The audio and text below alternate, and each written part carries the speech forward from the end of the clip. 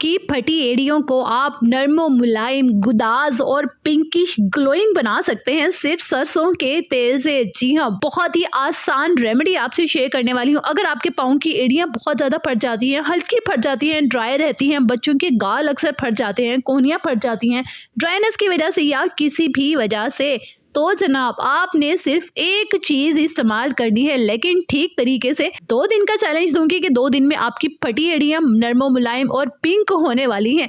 Video को ठीक से देखिएगा, समझिएगा और फिर इसका इस्तेमाल कीजिएगा। जी, रेमेडी के लिए आपने लेना है सबसे पहले सरसों का तेल यानी कि मस्टर्ड ऑयल। हर घर में मौजूद है आई नो, लेकिन उसका इस्तेमाल आप ठीक तरीके से नहीं करते, आज करेंगे।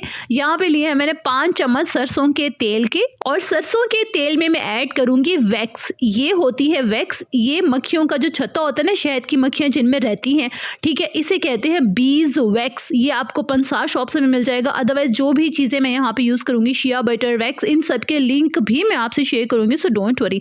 अगर आपके पास वैक्स नहीं है, बीज वैक्स नहीं है, तो आप इसकी जगह सिंपल कैंडल, मोमबत्ती, वो भी यूज कर सकते हैं। ओके, थर्ड में इसमें ऐड करूंगी शिया बटर। अगर आपको कहूँ कि सर्दी में आप यकीन करें, शिया बटर और जस्ट बीज वैक्स मंगवा कर रख लें, आपकी स्किन के तमाम प्रॉब्लम वैसे ही सॉल्व हो जाएंगे।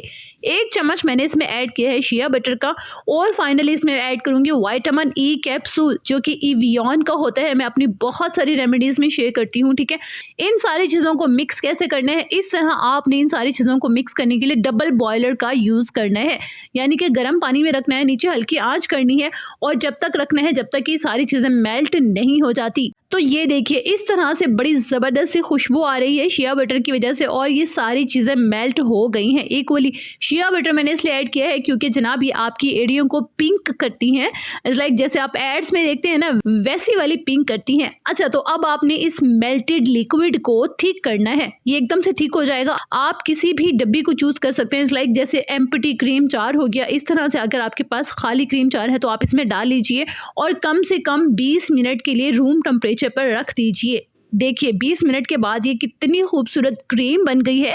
अब आप इसे लंबे टाइम के लिए जनाब आप 6 से 7 महीने के लिए स्टोर कर सकते हैं, ये खराब बिल्कुल नहीं होगी। लगाना कैसे है, जिस एरिया पर अगर बच्चों के गालों पर लगाना चाहते हैं, कोहनियों पर या पाँव पर, अच्छे से आपने वॉश करना है और पाँव की एड़ियों को इस क्रीम के साथ, इस वैक्स के साथ फिल कर देना है, ठीक है। ये इसे मैं वैक्स ही कहती हूँ, हील वैक्स, ठीक है। तो प्लीज कंफ्यूज मत होइएगा। तो आपने इस क्रीम के साथ एड़ियों को फिल कर देना है।